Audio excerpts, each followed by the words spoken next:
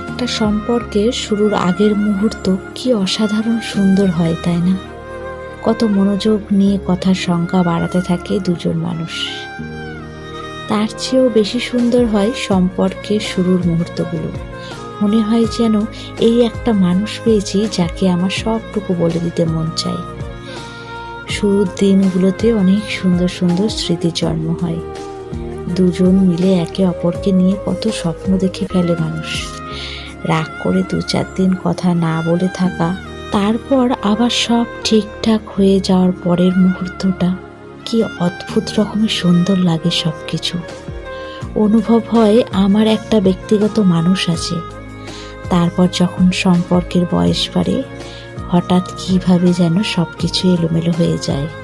কোনো একজনের কথা ফুরিয়ে যায়, ধীরে ধীরে কথা কম, অজুহাত বাড়তে থাকে। তারপর শুরু হয়ে যায় কথার আঘাতের পর্ব। আচমকা যেন শুরুর দিনগুলো হারিয়ে যায়। একদিন সব স্বাভাবিক হয়ে যাবে এই ভেবে একজন অপেক্ষা করে যায়, অন্যদিকে আরেকজন কিভাবে দূরত্ব তৈরি করে সম্পর্কের সমাপ্তি ঘটানো যায় সেই অপেক্ষায় থাকে। আর এই শেষ সময়ে কোনো একজনের জীবন পুরোপুরি বিষাদময় হয়ে যায়। মানুষগুলো কি অদ্ভুত, তাই না?